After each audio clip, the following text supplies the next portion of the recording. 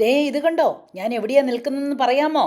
സമുദ്രനിരപ്പിൽ നിന്ന് 4000 അടി ഉയരത്തിൽ ഒരു മലയുടെ മുകളിൽ ഇല്ലിക്കക്കല്ലിനെ അഭിമുഖമായി ഞാൻ നിൽക്കുകയാണ്. വാവ് എന്നല്ലാതെ ഒന്നും പറയാനില്ല കേട്ടോ. എന്നാ ചുളുചുളുപ്പം കാറ്റായിരുന്നറിയാമോ? എനിവേ ഇത്രയും വലിയ ഒരു മലയുടെ മുകളിൽ കയറാൻ സാധിച്ചതിന് ഭയങ്കര സന്തോഷം തോന്നി.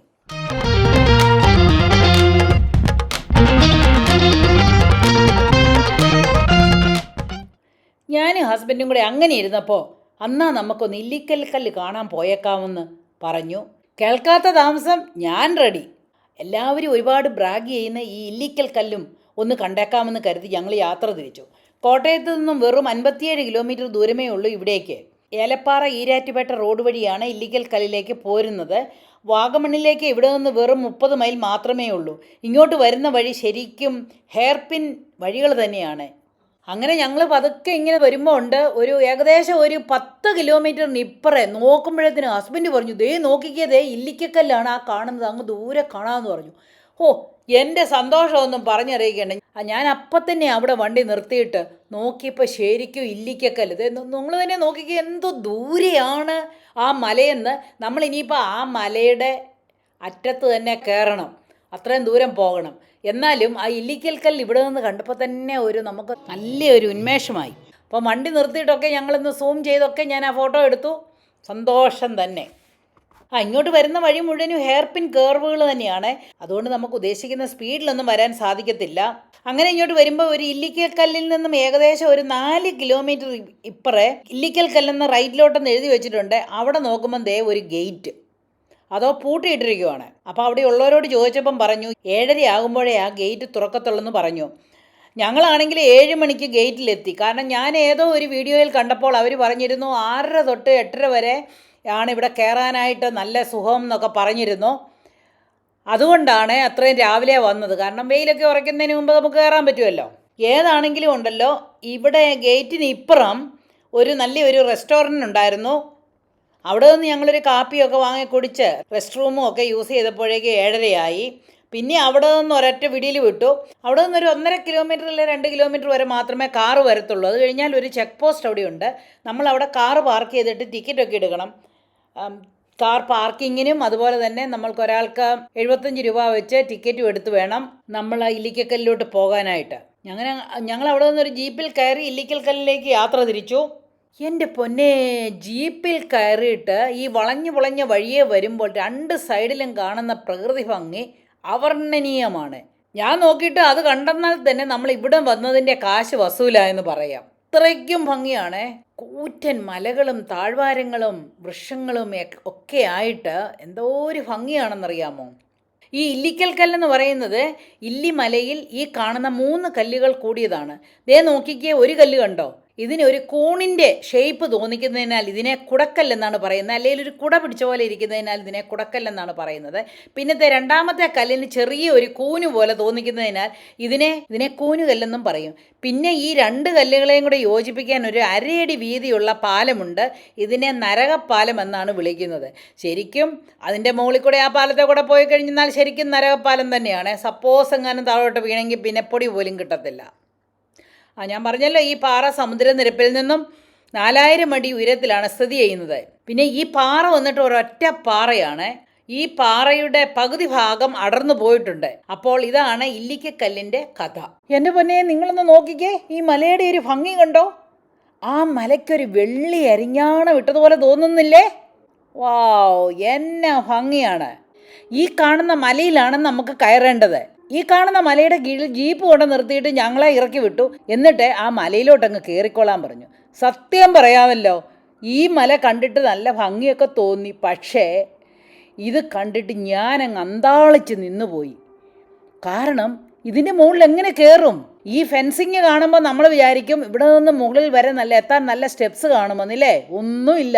ഈ കാണുന്നത് കൈവരിയാണ്. ആളുകളൊക്കെ കൊക്കയിലോട്ട് വീഴാതിരിക്കാൻ വേണ്ടി കൈവരി ഉണ്ടാക്കി വെച്ചിരിക്കുന്നതാണ്. ഇത് കണ്ടപ്പോഴേ എൻ്റെ ഹസ്ബൻഡ് വെയിറ്റിംഗ് ഷെഡിൽ കയറി അവിടെ കുത്തിയിരുന്നു. എന്നിട്ട് എന്നോട് പറഞ്ഞു വേണമെങ്കിൽ പൊക്കോളാൻ പറഞ്ഞു. ഇതിൻ്റെ മുകളിൽ കയറിയാലാണ് ഇല്ലിക്കൽ കല്ല് നല്ല ഭംഗിയായിട്ട് കാണാൻ സാധിക്കുന്നതെന്ന് കേട്ടപ്പോൾ നിങ്ങളുടെയും തലയൊന്ന് ചുറ്റിയില്ലേ? അങ്ങനെ ഈ മലയുടെ മുകളിൽ ചെന്നിട്ട് നമുക്ക് നോക്കിയാൽ ഇല്ലിക്കൽ കല്ലിനെ നേർക്ക് നേർ കാണാനും സാധിക്കും. നിങ്ങൾ കേട്ടിട്ടില്ലേ നീലക്കൊടുവേലി എന്ന ഔഷധപ്രധാനമുള്ള ഒരു ചെടിയുടെ കാര്യം? അത് ഈ മലയിൽ ധാരാളമായി കാണുന്നുണ്ടെന്നാണ് പറയപ്പെടുന്നത്. ഇല്ലിക്കൽക്കല്ല് കാണാൻ വരുമ്പോൾ ഇവിടെ ഇതിൻ്റെ ഫ്രണ്ട് വശത്ത് വരുമ്പോൾ ഇതിന് രണ്ട് വശത്തൂടെ പോകാം കേട്ടോ. ഒന്ന് ഫ്രണ്ടിൽ കൂടെ വരാം. ഈ ഇല്ലിക്കൽക്കല്ലിൻ്റെ ബാക്കിലുള്ള മലകളിൽ കയറാനായിട്ട് സാധിക്കും. ഞങ്ങൾ ഈ ഫ്രണ്ട് വശത്താണ് വന്നത്. ഇല്ലിക്കൽക്കല്ല് കാണാൻ വരുമ്പോൾ ഈ ഫ്രണ്ട് വശത്ത് തന്നെ 2 വ്യൂ പോയിൻ്റ് ഉണ്ട്. ജീപ്പ് നിർത്തിയിട്ടു. അവിടെ ഒരു വെയിറ്റിംഗ് ഷെഡും ഒക്കെ ഉണ്ട്. അപ്പം നമുക്ക് ഒന്ന് റെസ്റ്റ് ചെയ്യണമെന്ന് പറഞ്ഞെന്നാൽ അവിടെ ഇരിക്കാം. കയറേണ്ടിയവർക്ക് മാത്രം കയറിയാൽ മതി. അങ്ങനെ ഒരു വെയിറ്റിംഗ് ഷെഡും ഒക്കെ ഉണ്ട്. ഹസ്ബൻഡ് അവിടെ ഇരിക്കുമായിരുന്നു. അപ്പോൾ ഈ ജീപ്പ് നിർത്തിയിടത്ത് നിന്നും ഈ വളഞ്ഞ വഴി കണ്ടോ, ടൈൽസ് ഒക്കെ ഇട്ട് ഭംഗിയായിട്ടിരിക്കുന്നത്. ഇതുവഴി നടക്കാൻ നല്ല എളുപ്പമാണ്. പക്ഷേ കുറച്ച് ദൂരമുണ്ട്. ഇങ്ങനെ ഈ വഴിയെ തന്നെ ഇങ്ങനെ വന്നു കഴിഞ്ഞാൽ നമുക്ക് ഇല്ലിക്കക്കല്ലിൻ്റെ ആദ്യത്തെ വ്യൂ പോയിന്റിൽ എത്താൻ സാധിക്കും. ഇതിന് താഴെ ഭയങ്കര കൊക്കയാണ്.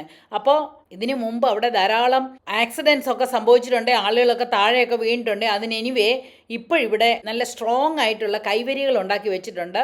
അതുകൊണ്ട് ആരും താഴെയൊന്നും വീഴാനായിട്ട് യാതൊരു ഇടയുമില്ല കേട്ടോ. അങ്ങനെ ഇങ്ങനെ വരുമ്പോഴേത്തിന് ശരിക്കും പറഞ്ഞു കഴിഞ്ഞാൽ ആദ്യത്തെ വ്യൂ പോയിന്റിൽ എത്താനായിട്ട് നല്ല വഴിയുണ്ട്. കുറച്ച് ലാസ്റ്റ് വരുമ്പോൾ കുറച്ച് സ്റ്റെപ്പൊക്കെ ഉണ്ട്. പക്ഷേ അതൊക്കെ സാധാരണ ആൾക്കാർക്ക് കയറാവുന്നതാണ്.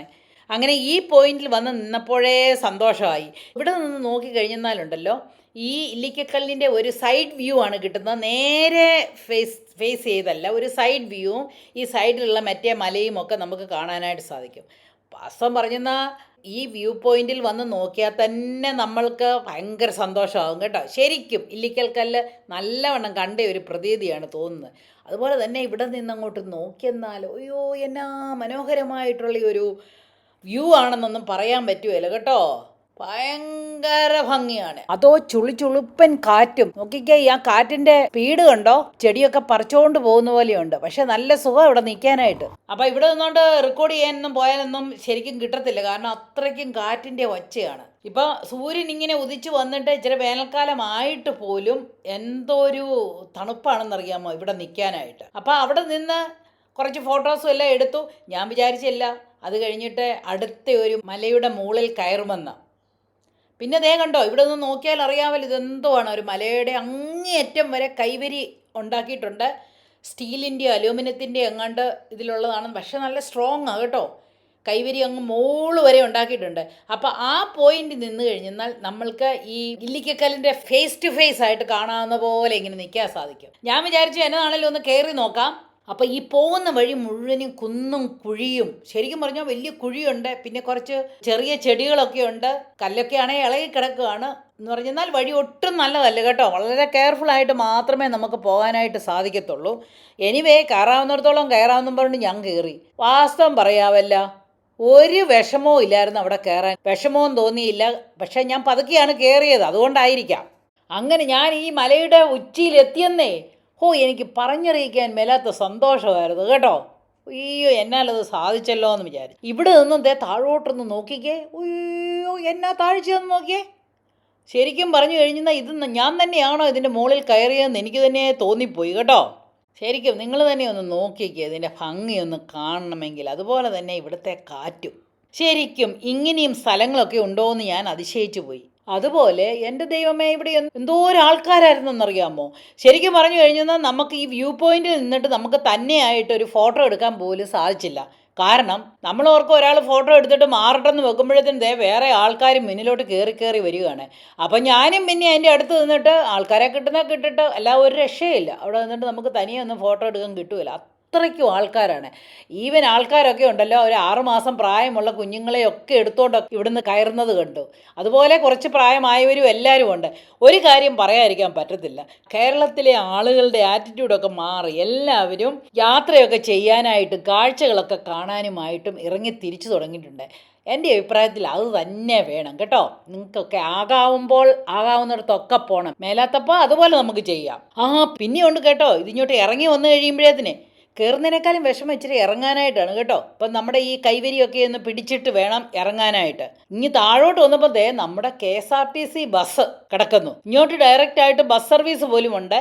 അപ്പോൾ ഇനിയിപ്പോൾ ആൾക്കാർക്ക് ബസ്സിൽ വന്നിട്ടാണെങ്കിൽ പോലും ഇവിടെ വരാനായിട്ട് സാധിക്കും. ആ ബസ് സ്റ്റാൻഡിൽ നിന്ന് പിന്നെ ഒരു ജീപ്പ് എടുത്തിട്ട് പോന്നാൽ മാത്രം മതി. അപ്പോൾ ഇനിയും ബസ്സിലാണെങ്കിലും ആഗ്രഹമുണ്ടെങ്കിൽ ആർക്കും ഇവിടെ വരാം. എനിവേ ഇവിടെ വരാൻ സാധിച്ചത് ഒരു ഭാഗ്യമായിട്ട് ഞാൻ കരുതുന്നു. ശരിക്കും പറഞ്ഞാൽ ഒരു ദിവസത്തെ ഹാങ് ഔട്ടിന് പറ്റിയ സ്ഥലം തന്നെ കേട്ടോ.